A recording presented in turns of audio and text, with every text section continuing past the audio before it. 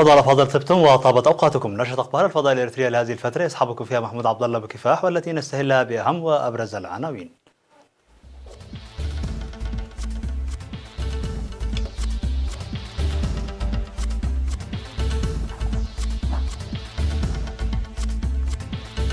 نمو معظم شتول الأشجار التي غرست عبر برنامج الحملة الطلابية الصيفية بالإقليم الأوسط. مدرسة دندن التجارية تخرج دفعة جديدة من طلابها. الإريتريون في المهجر ينظمون العديد من الأنشطة الوطنية. ترامب متفائل من التوصل لاتفاق مع الصين ويحذر من رسوم إضافية. احتجاجات جديدة في هونغ كونغ. طائرة روسية تهبط اضطراريا ومقتل 2.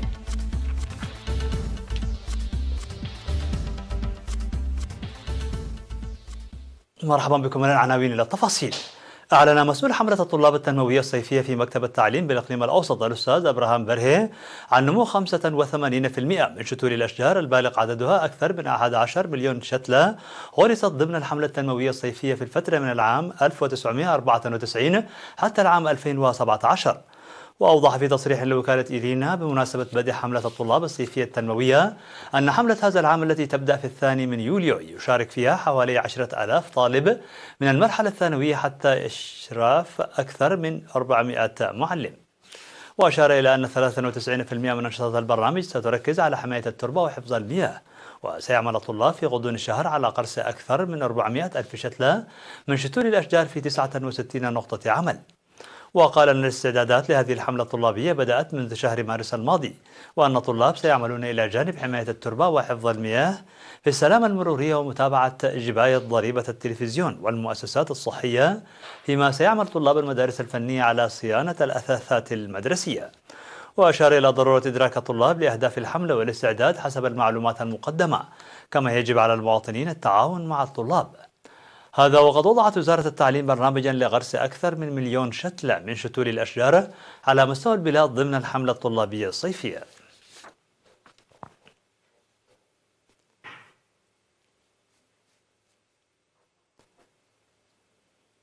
خرجت مدرسة دندن التجارية بأسمر اليوم 27 من يونيو الدفعة 17 من طلابها، والبالغ عددهم 462 طالبا، بينهم 333 طالبة بعد دراسة استمرت لعامين. وتلقى الطلاب القادمون من مختلف أقاليم البلاد الدراسة في مجالات المحاسبة وعلوم السكرتارية وإدارة الأعمال والمكتبات. وقال مدير مدرسة دندن التجارية السيد هابت قرقيش تيدروس في المناسبة أن القدرات البشرية هي المورد الأكبر للبلاد، مشيرا إلى تجارب الدول في استثمار هذا المورد وتحقيق فوائد مضاعفة. كما أوضح بأن الدراسة النظرية والتطبيقية التي يتلقاها الطلاب تأتي في إطار الاستثمار الحكومي لتنمية القدرات البشرية. من جانبه أشار مسؤول متابعة وتأمين الجودة في وزارة التعليم السيد معشو قبرتنسائي إلى البرامج المنفذة لضمان كفاءة التعليم، وعبر عن أمنياته في خدمة الخريجين لشعبهم بتفان وإخلاص. وقد قدمت الجوائز والشهادات التقديرية للطلاب المتفوقين كلا في مجاله، وكذا المعلمين المميزين ولجان أولياء الأمور.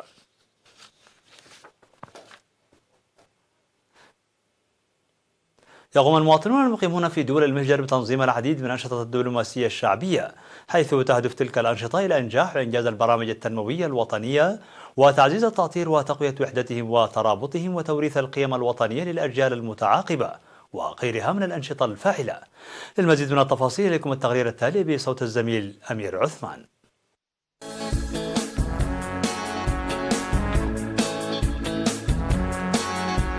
نظم الإريتريين المقيمون في إيطاليا وأستراليا ونيوزيلاند وجمهورية جنوب السودان أنشطة دبلوماسية شعبية. وعلى ضوء ذلك قيم المدراء التنفيذيون للمنظمات الإريترية في إيطاليا من الجاليات والجبهة الشعبية للديمقراطية والعدالة وشباب الجبهة وأعضاء الاتحاد الوطني للمرأة الإريترية ولجنة الإعلام والدبلوماسية قيموا أنشطتهم النصف السنوي في مدينة ميلان الإيطالية. وفي التوضيح الذي أدلى به سفير إريتريا في إيطاليا سيد فساهات بيتروس فيما يتعلق بالأوضاع الراهنة، ذكر بأن المرحلة الجديدة هي نتاج صمود ووفاء الشعب والحكومة الإريترية القوي، مشددا على العمل الجاد للحفاظ عليها وتعزيزها أكثر. وفي الختام أكد المجتمعون على جاهزيتهم لتنفيذ أمانة ومسؤولية المرحلة الآنية وإنجاح برامج التنمية الوطنية. في غضون ذلك نظم الإريتريون المقيمون في مدينتي سيدني وأدلايدت سيمينارات أوضح قنصل إريتريا العام في أستراليا ونيوزيلاند السيد محاري تخستا أولويات برامج التنمية في العهد الجديد وأهمية الاستقرار والسلام في محيطنا ومنطقتنا. من جهة أخرى عقد سفير إريتريا في جمهورية جنوب السودان السيد يوهانس تخل ميكيل في 22 من يونيو الجاري للإريتريين في إقليم أويل حسب تأثيراتهم، ونوه خلال الاجتماع إلى تعزيز تأطيرهم المرتكز على الوعي لتسخير قدراتهم ومعرفتهم في برامج التنمية الوطنية. وأفادت المعلومات الواردة بأن السفير يوهانس بحث مع حاكم إقليم أويل وغيره من المسؤولين في الإقليم حول العلاقة الثنائية وأهمية تطويرها.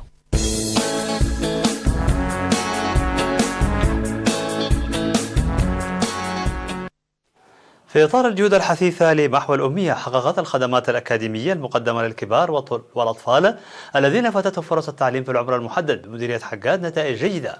وأوضح المشرف على برنامج تعليم الكبار في المديرية الأستاذ قبرز جابهر برهاني أنه وبفضل حملات التوعية المكثفة وتجميع القرى ومساهمة مدراء الضواحي والمديرية يجري البرنامج بوتيرة متسارعة وفعالة. وأشار إلى التحاق 516 من الإناث هذا العام بالبرنامج، حيث يدرسن من الصف الأول وحتى الصف الثالث في 15 نقطة تدريس. وإلى جانب برنامج تعليم الكبار ظل يدرس 762 طفل فاتتهم فرص التعليم في العمر المحدد، بينهم 382 طفلة في نقاط تدريس بمناطق إيدامر وحشيشاي وشيتل ضمن برنامج عريوت.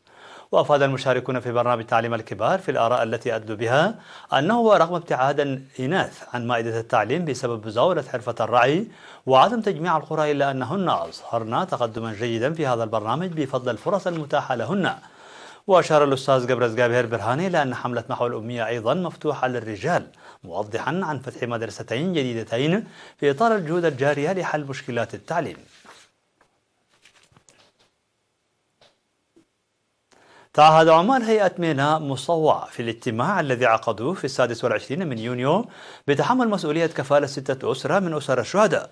وأوضح المدير العام لهيئة الموانئ الإريترية السيد داويد من قساب أن الاستغلال والسلام الذي نعيشه هو نتاج تضحيات الشهداء، مؤشدا بمبادرة عمال ميناء مصوع، ومؤكدا بأن أسر الشهداء ستحصل على الخدمات الصحية المجانية في الميناء مثلها مثل كل العاملين. وذكر ممثلي أسر الشهداء بأن مبادرة عمال ميناء مصوع تعكس القيم النبيلة للشعب الإريتري مع تقديم كامل الشكر. وفي ذات السياق قدم سكان ضاحية هدامة بمديرية دقم حري مبلغ 18150 نقفة ل 33 أسرة شهيد، كما قدم سكان ضاحية ماي ورقي مبلغ 12500 نقفة ل 25 أسرة شهيد. كما قام سكان ضاحية السساح بمديرية دقم حري بحراثة مزارع وصيانة منازل 52 أسرة شهيد. أما سكان قرى أندادغو وذبانسرا وقرع فقد قاموا بحراثة مزارع 39 أسرة شهيد. وسكان ضاحية ماي عداقة بحراثة 32 أسرة شهيد. وفي لوقا عن سبا قدم سكان دق شحاي مبلغ 9000 نقفة ل9 أسرة شهيد. وسكان عدنا أمن 6000 نقفة ل12 أسرة شهيد.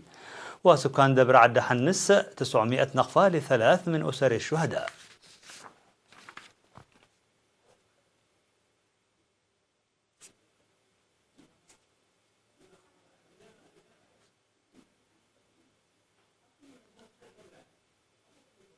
عقد سمينار تنويري حول القانون بمدينة النخفة بهدف مكافحة الجريمة وزيادة تعاون المواطنين مع الشرطة. وأوضح قائد شرطة مديرية نخفة الملازم هيلا هفتي أن أنشطة التوعية بالقانون ساهمت في خفض الجريمة، داعيا المواطنين لعدم الإهمال وضمان أمن محيطهم. من جانبه أوضح مسؤول مكافحة الجريمة السيد سلمون أبرهة أن الجريمة موجودة في أدنى مستوياتها، لكنه يتطلب دور أولياء الأمور وإدارات الضواحي في تعزيز التعاون مع الشرطة للسيطرة على الجرائم تماما. ومن جهتهم حث المجتمعون على ضرورة تواصل مثل هذه السمينارات التنويرية والدفع أكثر بالسمينارات الإرشادية للشباب والطلاب.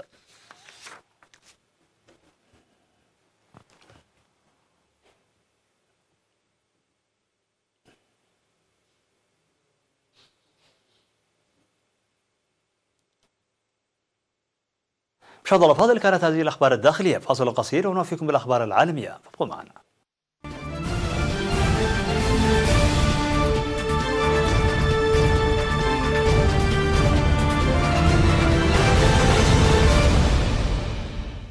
على الصعيد العالمي قال الرئيس الأمريكي دونالد ترامب أن من الممكن قطعا أن يخرج من اجتماع مع الرئيس الصيني شي جين بينغ باتفاق قد يثنيه عن تنفيذ تهديده لفرض رسوم جمركية على الصين.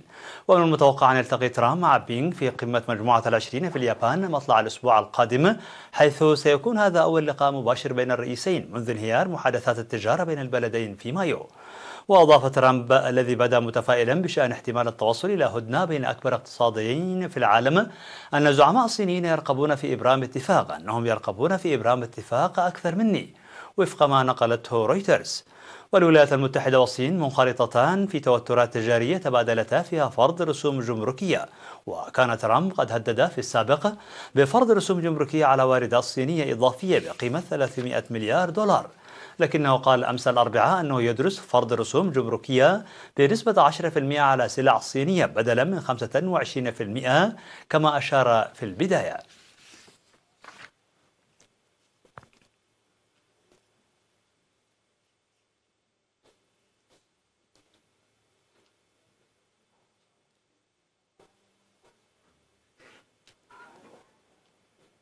خارقت هونغ كونغ في الفوضى مجددا اليوم الخميس مع احتشاد محتجين خارج مقر وزيرة العدل، حيث أغلقوا الطرق وأجبروا الموظفين على الرحيل في أحدث اضطرابات تهز المدينة بسبب مشروع قانون لتسليم المشتبه بهم للبر الرئيسي للصين. وتظاهر الملايين في شوارع هونغ كونغ خلال السابعة الثلاث الماضية للمطالبة بإلغاء مشروع القانون الذي يسمح بتسليم المشتبه بهم ومثولهم أمام محاكم يسيطر عليها الحزب الشيوعي. ويريد المحتجون إلغاء مشروع القانون تماما وليس مجرد تعليقه كما تقرر. وشكلت الشرطة طوقا أمنيا لصد المتظاهرين، ووقعت مناوشات محدودة بينها وبين جماعة ديموسيستو المنادية بالديمقراطية. ويسعى المحتجون لإدراج مشكلة هونغ كونغ في جدول أعمال قمة مجموعة العشرين التي تنطلق باليابان غدا الجمعة، في خطوة من المؤكد أن تثير غضب الصين إن حدثت.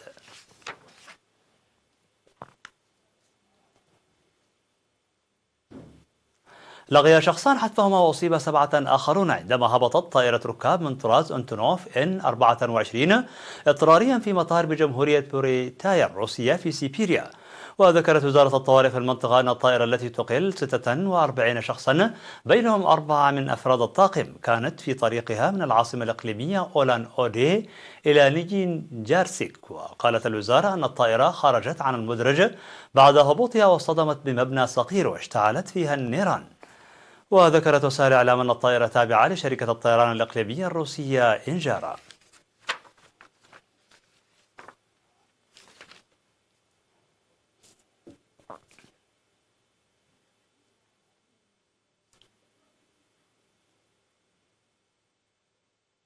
قال علماء أن تغير المناخ يهدد الآثار الإغريقية في اليونان، ومن بينها الأكروبول أحد أكثر المواقع الأثرية استقبالا للزوار في العالم. فتلوث الهواء والأمطار الحمضية تؤدي إلى تآكل الرخام، كما أن الظواهر المناخية الشديدة مثل الجفاف أو السيول تسببت في مشكلات هيكلية للجدران والمعابد القديمة. وهضبة الأكروبول التي يقيم عليها معبد البارثينون هي أكثر المواقع الأثرية اليونانية احتفاظا بهيئتها الأصلية، لكن هنالك دلائل على أن تغير المناخ يؤثر بشكل متزايد على هذا الأثر. وبذلت الجهود على مدى عقود لحماية الأكروبول والحفاظ على آثاره، وجرى تسريع العملية منذ منتصف سبعينيات القرن الماضي، لكن البلاد تضم المئات إن لم يكن الآلاف من الآثار المعرضة لعوامل التعرية.